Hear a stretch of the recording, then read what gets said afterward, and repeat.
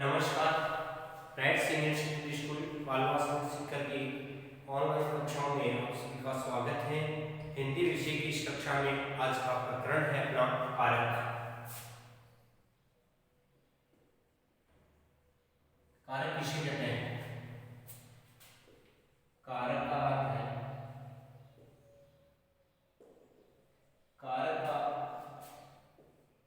अर्थ है क्रिया को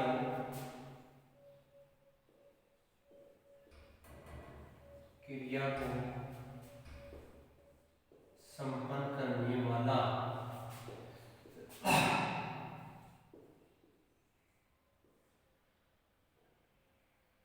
क्रिया को संपन्न करने वाला अर्थात क्रिया को संपन्न करने में जो सहायक होता है वो कारक कहलाता है। क्या कहलाता है? कारक कहलाता है। कारक की व्यवस्थित परिभाषा अगर हम देखें तो कारक की व्यवस्थित परिभाषा ये होती है कि वाक्य में प्रयुक्त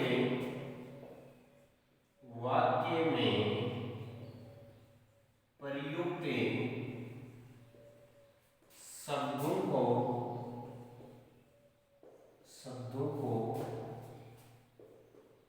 आपस में जोड़ने का काम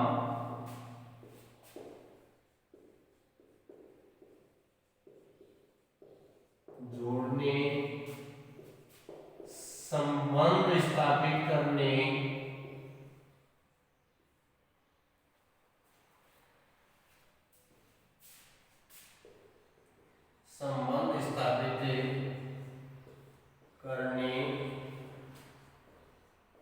वाले शब्द ही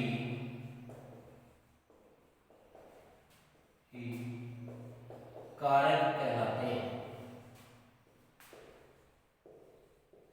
कारक कहलाते हैं। जैसे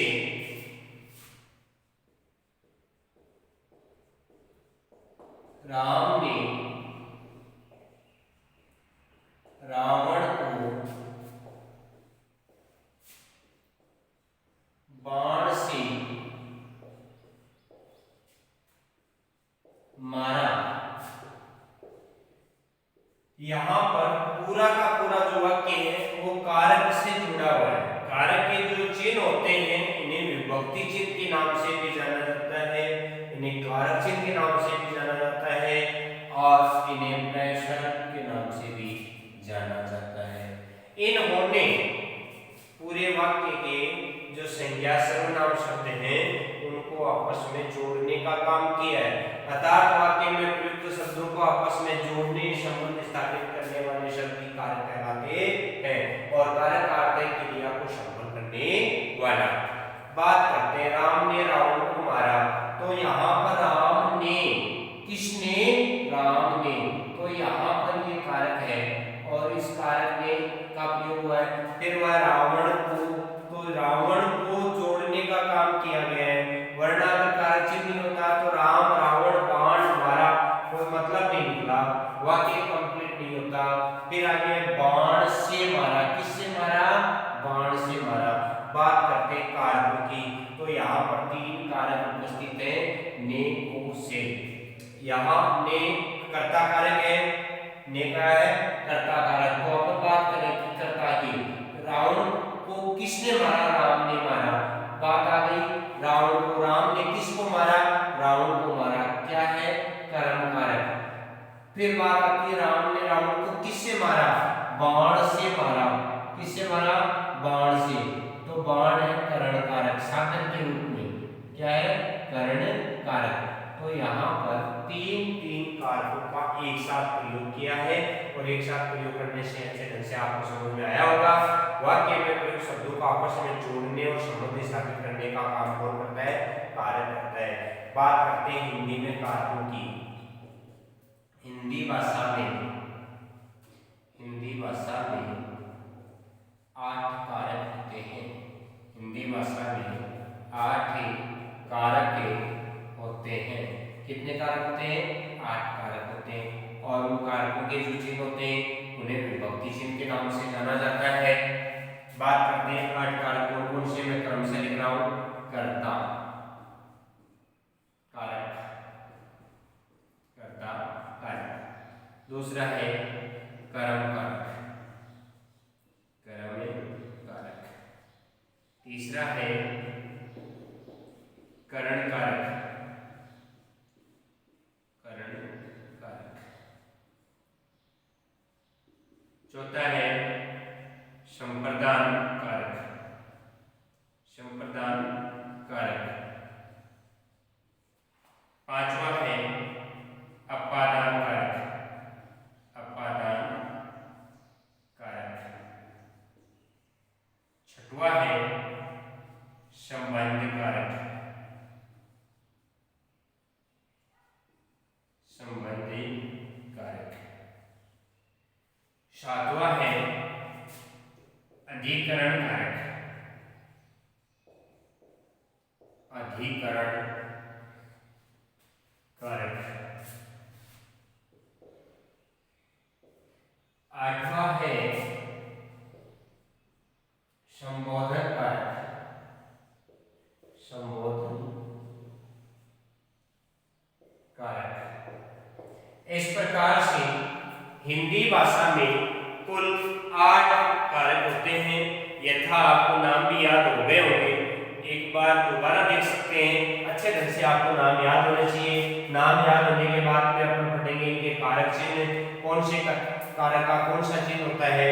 सबसे पहले 8 नाम है कर्ता कारक, कर्म कारक, करण कारक है, संप्रदान कारक है, अपादान कारक है, संबंध कारक है, अधिकरण कारक है और संबोधन कारक। लीजिए अपन बात करते हैं इनके कारक चिन्हों की।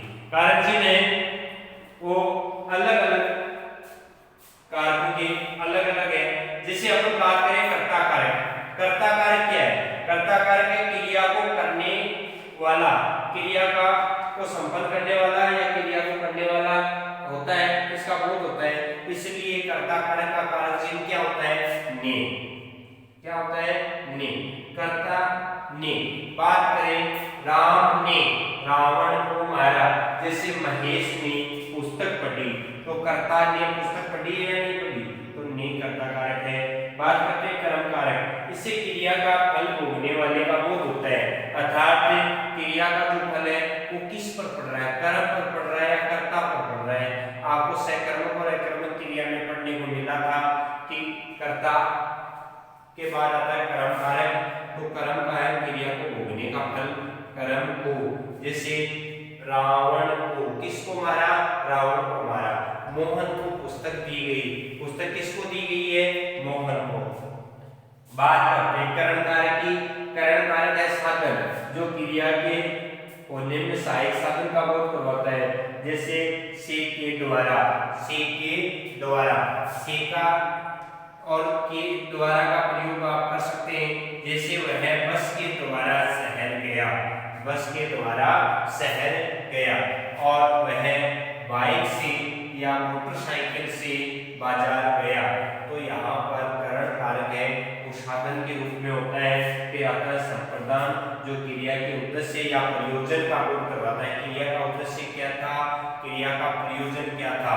जैसे संप्रदान के लिए वह रोगी के लिए दवाई लाया, संप्रदान के लिए वह रोगी के लिए दवाई लाया। तो यहाँ पर के लिए प्रयोजनार्थ होता है अपादान कारक। अपादान कारक का नाम आपने सुना है, संस्कृत में भी पढ़ा है। इसमें क्रिया के स्थान के परिवर्तन का बोध होता है, क्रिया के स्थान के परिवर्तन का बोध होता है। जैसे आपने पंचमी विभक्ति गिरने के रूप में पढ़ी है कि पेड़ से पत्ता गिरता है, तो स्थान परिवर्तन हो रहा है नहीं हो रहा है। तो अपादान कारक का हो जाएगा से, अलग होने का भाव, से अलग होने का भाव, अलग होने का भाव। बात करते हैं संबंध कारक की। संबंध कारक में का, की, का, की, रा, री, री। अब ये क्या है? इसमें एक दूसरे का संबंध स्थापित किया जाता है। आपने ऐसे सर्वनाम शब्द तो पढ़े होंगे, उसका, उसकी, उसके, उसकी, मेरा, मेरी, इनका अंतिम जो वर्ण है उसका यहाँ पर प्रयोग किया जाता है। ऐसे शब्दों का प्रयोग होता है का, की, रा, रे, री, यानी संबंध स्थापित किया जाता है दो संज्ञाओं के बीच में। फिर अब बात करते हैं अधिकरण कारक की।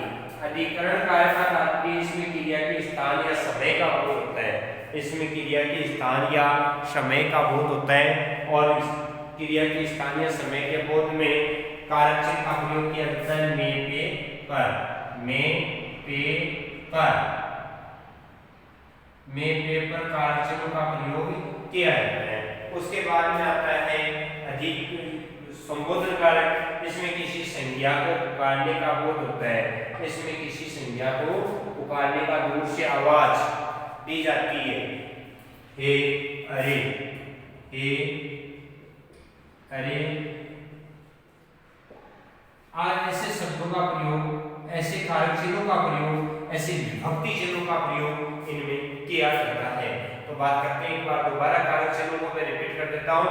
कर्ता कारक है, उसका कारक चिन्ह ने और सामान्य रूप से आप याद कर सकते हैं कर्ता, ने, कर्म को करण से के द्वारा संप्रदान के लिए अपादान से अलग होने का भाव संबंध कारक का, की, रा, रे, री, इसका अंतिम वर्ण होता है उसका, उसकी, उसके, मेरा, मेरी, मेरे का अंतिम वर्ण रा, रे, री शामिल किया जाता है। अधिकरण कारक में, पे, पर, संबोधन कारक हे, अरे, ऐसे कारक चिन्ह का और कारकों व कारक चिन्ह की विभक्तियों का प्रयोग किया जाता है। अपन अब इनको व्यवस्थित ढंग से पढ़ेंगे। सबसे पहले पढ़ेंगे अपन कर्ता कारक। कर्ता कारक क्या है?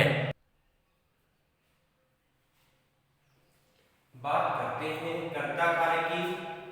कर्ता कारक का कारक चिन्ह ने होता है।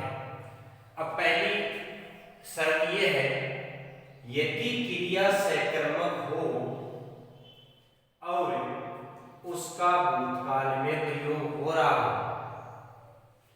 क्रिया सकर्मक है और उसका प्रयोग भूतकाल में हो रहा है, तब ही ने कारक चिन्ह का प्रयोग किया जाता है।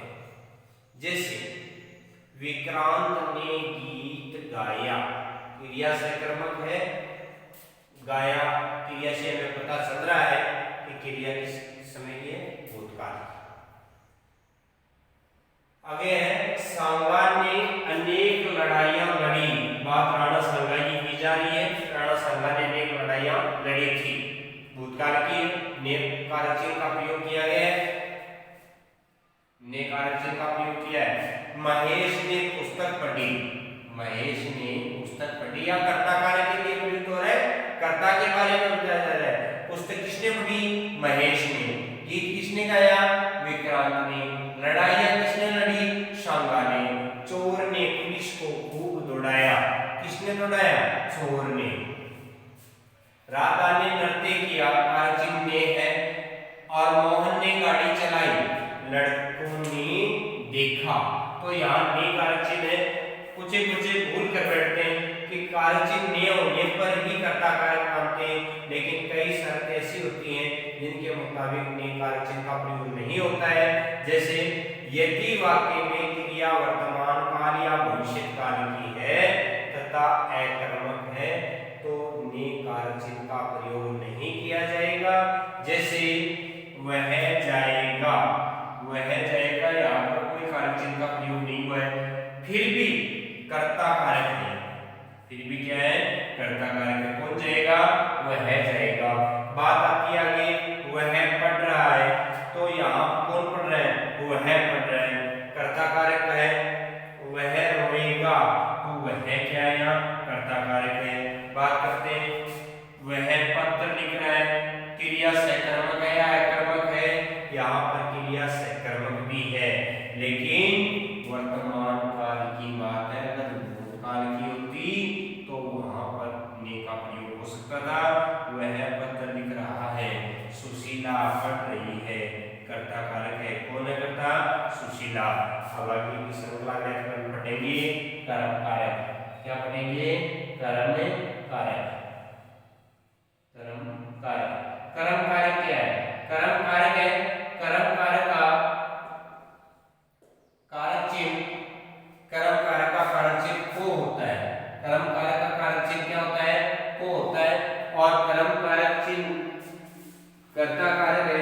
उसके बाद में कौन सा कारक आता है? कर्म कारक। कर्ता ने कर्म।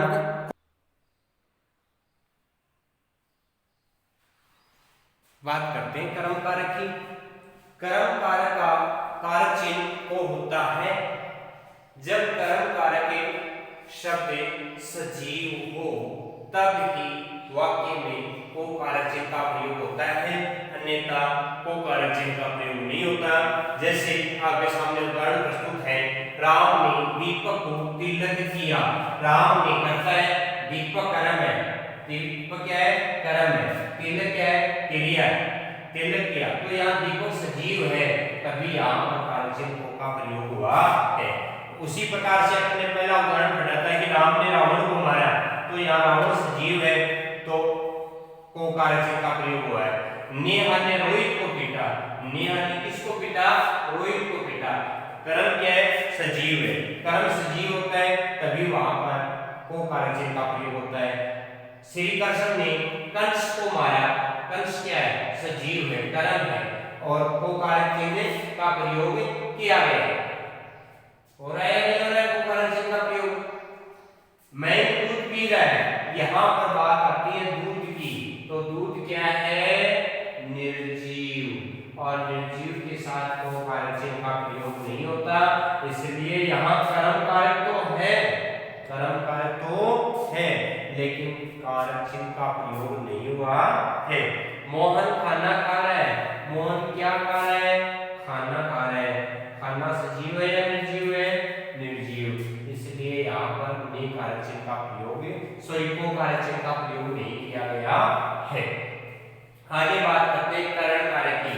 करण कारक का कारक चिन्ह से, के द्वारा और द्वारा होता है। जैसे मनीषा चाकू से सब्जी काटती है। सब्जी किससे काटती है? चाकू से काटती है, और चाकू क्या है? साधन। तो यहाँ करण कारक का तात्पर्य क्या है?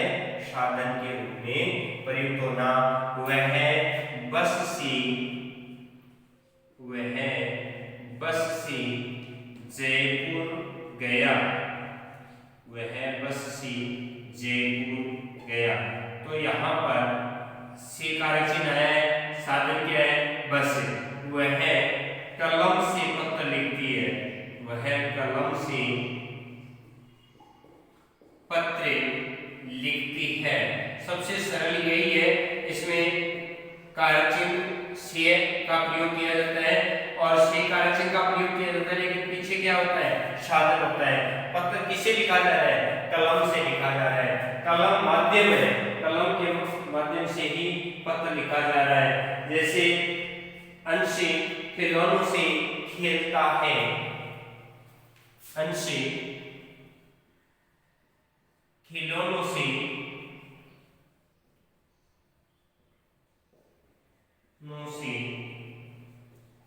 खेलता है।